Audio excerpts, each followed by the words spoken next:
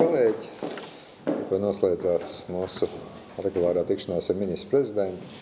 Pamatā pārunājām gan valdības lēmumus, kas ir pieņemti vakar valdības sēdē, gan es arī, protams, informēju ministru prezidentu par vakar Helsinkos notikušo NATO Baltijas jūras valstu vadītāju, valstu un valdību vadītāju tikšanos par tiem lēmumiem, kur, protams, tika gatavot iepriekš.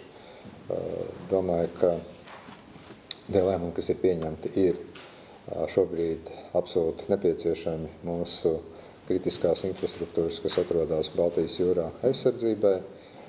Latvija arī piedalīsies un atbalstīs šo Baltijas sardzes misiju. Mēs arī runājām par nepieciešamību vēlreiz izrevidēt mūsu juridisko ietvaru, lai arī varētu rīkoties līdzīgi, kā rīkojās Somija saistībā ar šo incidentu decembrī. Tur ir lietas, kuras ministrs prezidents ir uzdevusi attiecīgajām institūcijām veikt. Un, protams, turpināsim strādāt ar sabiedrotajiem, lai šāda veida incidenti, es neteiktu, neatkārtotos, tāpēc, ka nav tādas pārliecības. Es domāju, mūs turpinās testēt, bet lai uz tiem reaģētu saulaicīgi un lai tos samazinātu līdz minimumam. Protams, mēs redzam arī, ka dažāda veida hibrīda kara elementi notiek. Tas, kas notika aizvakar Rīgas lidostā ar droniem. Esam tajā situācijā, kurā vienkārši katru dienu visām institūcijām ir jābūt gatavām. Otra lieta, ko es gribētu uzteikt, ir arī vakar valdībā pieņemtais austrumu pierobežas drošības un attīstības plāns.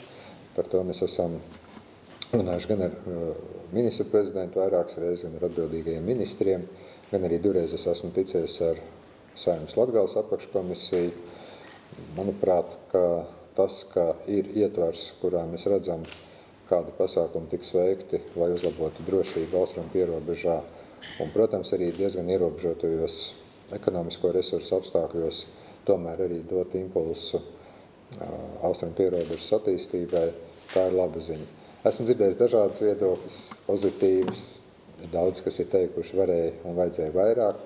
Bet es domāju, ka tas plāns šobrīd atspoguļo zinām realitāti. Un tas, kas šobrīd ir pats svarīgākais, lai šo plānu arī pildītu. Jo papīrs mēs, protams, rakstīt, bet tā izpilda mums dažreiz klibo. Tā kā es tiešām vēlu atbildīgajām ministrijām, pierobežas pašvaldībām labu sadarbību.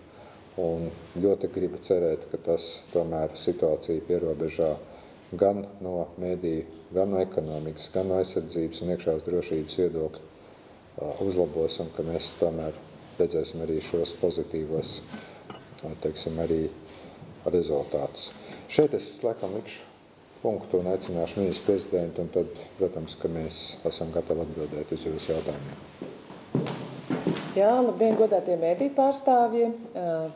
Prezidents jau ieskicēja mūsu pārunātos jautājumus par drošību Baltijas jūrā, un jāsaka, ka ļoti labi, ka ir vakar šāda laba ziņa izgājusi arī no NATO ģenerāla sekretāra puses un no visām iesaistītajām ap Baltijas jūru rezidējošām valstīm, un arī Polija un vakar arī Vācija iesaistījās tātad šajā diskusijā. Mēs tātad deleģējam vienu mūsu patruļkuģi šai misijai Baltijas jūrā. Mēs jau līdz šim, protams, esam monitorējuši visu to, kas notiek ap un par mūsu drošību ap mūsu kabeļiem Baltijas jūrā, bet arī uz sauszemes. Jau pagājušā gadā, kad bija incidents, esmu izdevusi rīkojumu un atbildīgie dienesti ir pastiprinātā režīmā sekojuši līdzi, kas notiek pie šiem mūsu ļoti svarīgajiem nacionālajai drošībai objektiem, bet šobrīd, protams, iesaistoties arī NATO misijai, tie spēki būs daudz jaudīgāki un arī reaģēšanas spējas ir līdz ar to daudz ātrākas. Bet kopumā turpināsim arī šajā gadā strādāt pie drošības. Tā ir un paliek mūsu prioritāte. Kā esmu minējis, arī jau ģimenes politikas jautājumi noteikti ir ļoti svarīgi un risināmi. Un tiekos arī šodien jau sāku tikšanās ar visiem ministriem un pārunāšu arī šīs prioritātes. Tāpat investīciju un ekonomikas jautājumi noteikti paliks dienas kārtībā, lai arī mēs piepildītu šīs vajadzības, ko prasa mūsu drošība. Mums ir jādomā par to, kā mēs varam sasniegt šos mērķus. Un pēdējais, protams, administratīvās slogas mazināšana. Vakar izstāstīja arī mēs pabeidzām diskusiju valdībā par pārtikas cenu samazināšanu. Likumprojekts dodas jau vērtēšanai Saeimā.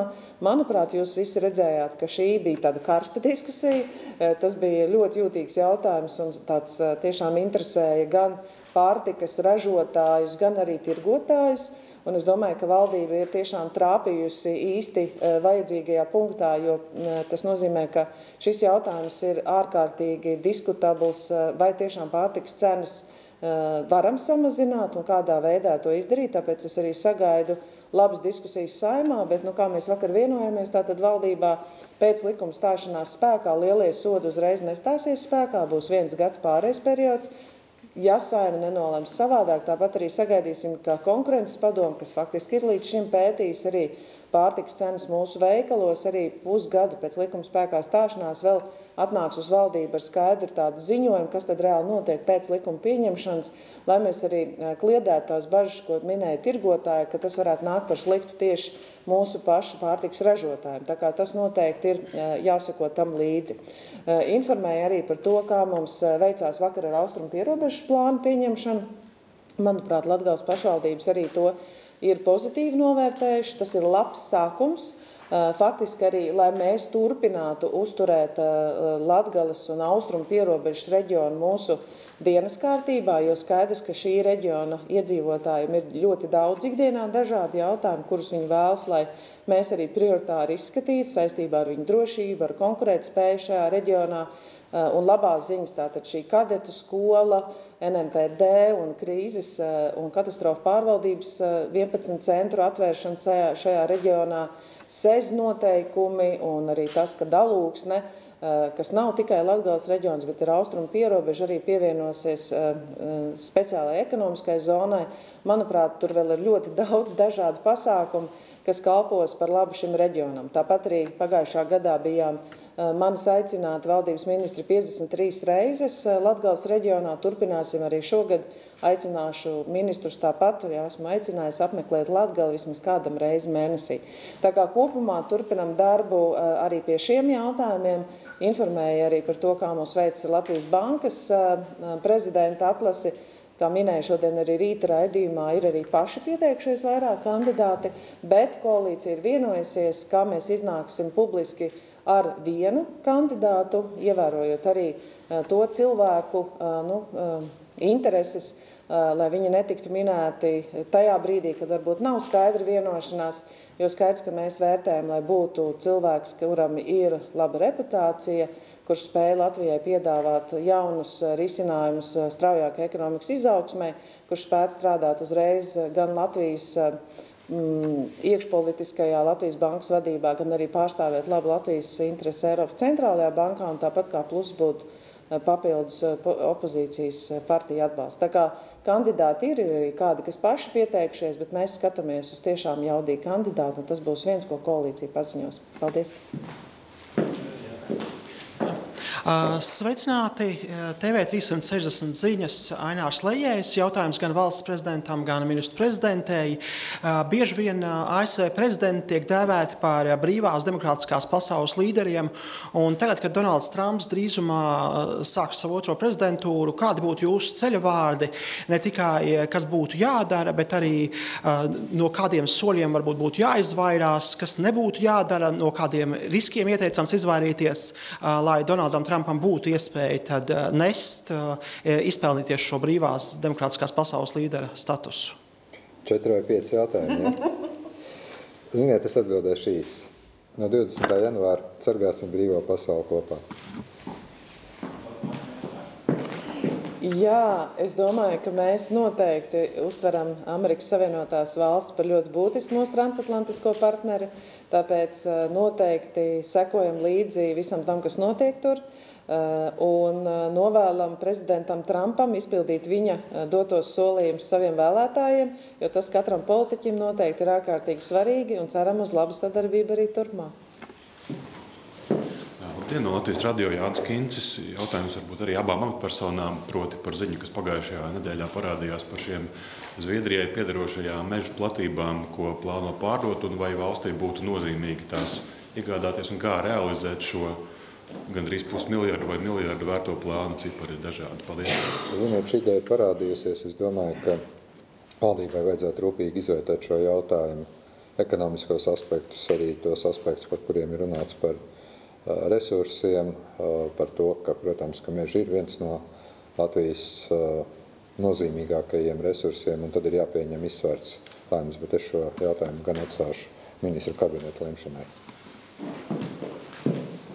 Jā, ministru kabinets vēl nav lēmis, jo burtiski tikko šī ziņa ir parādījusies, un, protams, ir jāsaprot, kāda ir cena, par kādu apjomu arī iet runa, bet jebkurā gadījumā, lai valdība ko tādu vērtētu, ir skaidrs, ka mums ir, protams, svarīgi iegūt un atstāt Latvijas, es teiktu, iedzīvotāju un mūsu pašu valsts īpašumā tādus resursus, kas var nest mūsu nākotnē arī labu investīciju apjomu un arī tādu bioloģisko daudzveidību un domāt par mūsu bērnu un mazbērnu nākotni. Tāpēc, domāju, skaidrs, ka mēs noteikti izvērtētu, ja būtu šāds piedāvājums arī valdības pusē saņemts no potenciālā pārdevēja, bet viennozīmīgi šobrīd jau var teikt, ka budžeta nauda nebūtu tā, ko tur varētu ieguldīt. Tur būtu jāmeklē kādi ārpus budžeta risinājumi, lai iespējams šos mežus īpašumā iegūtu mūsu paši iedzīvotāji. Bet šobrīd šis jautājums vēl ir pašā sākotnējā stadijā. Skatīsimies arī, kāda ir cena, jo, saprot, interese ir liela, un meža resursi ir mūsu bagātība. Man liekas, latviešiem visiem ir ļoti svarīgi, lai kādam piederētu vismaz kāds koks. To mēs noteikti arī vērtēsim, lemjot valdības sēdē, ja šis jautājums būs. Labdien, Gatis Suhaveckis, TV3 ziņas par Latvijas bankas prezidentā izraudzīšanos jautājums premjerei.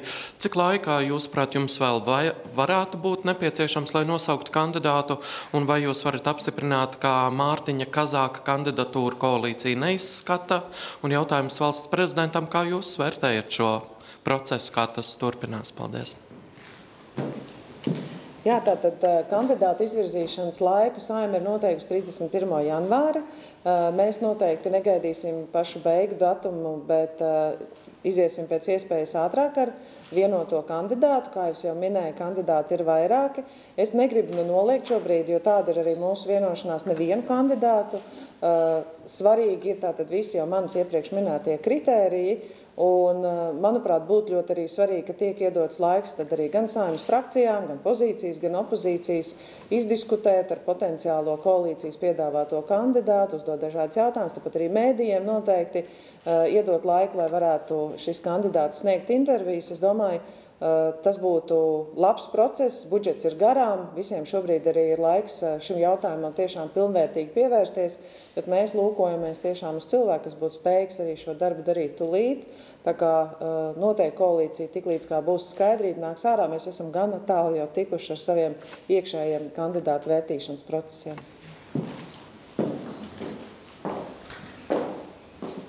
Es esmu laikam kādu reizi vai divas, tad, kad man uzdev šo jautājumu, uzsvērs, ka manā izpratnē tādām amatpersonām kā Latvijas bankas prezidents, kā Satiksmes aizsardzības biroja direktors vai knabu direktors vai bruņotos vai komandieris, tomēr būtu jābauda plašāka Saeimas uzticība, nevis tikai valdošās koalīcijas ietvaros. Jo mēs tomēr runājam par amatiem, kas ietekmē visu valsti, un es ļoti gribētu cerēt, ka būs plašāks Saeimas atbalsts šim kandidātam. Es neesmu slēpis, ka es neesmu bijis priecīgs, taisn otrādi ļoti kritiski vērtēju to, kādā veidā aizvadītā gada decembrī faktiski mēs netikām pie kandidāta un netikām pie Latvijas bankas prezidenta. Ļoti gribu cerēt, ka šajā otrajā cēlienā būs kandidāts, kas baudīs plašu Saeimas atbalstu, kas baudīs arī sabiedrības uzticību, un ka mēs īpaši nekavējoties nokļūsim pie tā rezultāta, bet šobrīd man ir samērā grūti komentēt, ņemot vērā to, ka īsti neviens kandidāts nav nosaukts. Ir diezgan daudz baumas, ir diezgan daudz diskusijas, ir šķiet viena frakcija nominējusi savu iespējamo kandidātu, bet, kā es teicu, es tiešām ņemot vērā, ka likums saka, ka tie 10 saimnes deputāti, kas virza kandidātu, un tā ir saime, kas balso, ka Latvijas Bankas prezidentam būs plašs saimnes uzticības mandāts, un ka šis process netiks ilgts garumā, bet mums ir nepieciešams prezidents, kas piedalās Eiropas centrālās bankas valdes sēdēs. Mums ir nepieciešams Latvijas Bankas prezidents, kas risina tos jautājumus, kas ir būtiski tautsaimniecībai, finanšu uzraudzībai un arī citu jautājumu, sakārtošanā. Labdien, Līva Sila no TV24. Šodien bija ziņa par to, ka 2. mēnesi pēc kārtas Latvijā piedzimuši mazāk nekā 1000 bērni. Ko valdība gatava darīt, lai apturētu demografisko krīzi Latvijā? Jā, tātad pagājušā gadā atgādināšu, ka jau budžetā tika pieņemta grozījuma, kas paredz līdzinējo 50% vietā 75% iespēju tātad vecākiem strādājot un esot ar bērniņu saņemt arī tātad šo bērnu kopšanas pabalstu. Un tas ir viens no demogrāfijas arī jautājumiem, kas ir daudziem jauniem vecākiem svarīgs, lai viņi varētu apvienot darba gaitas ar bērniņu, jo mūsdienu jaunās ģimenes vēlas ļoti ātri atgriezties darba dzīvē.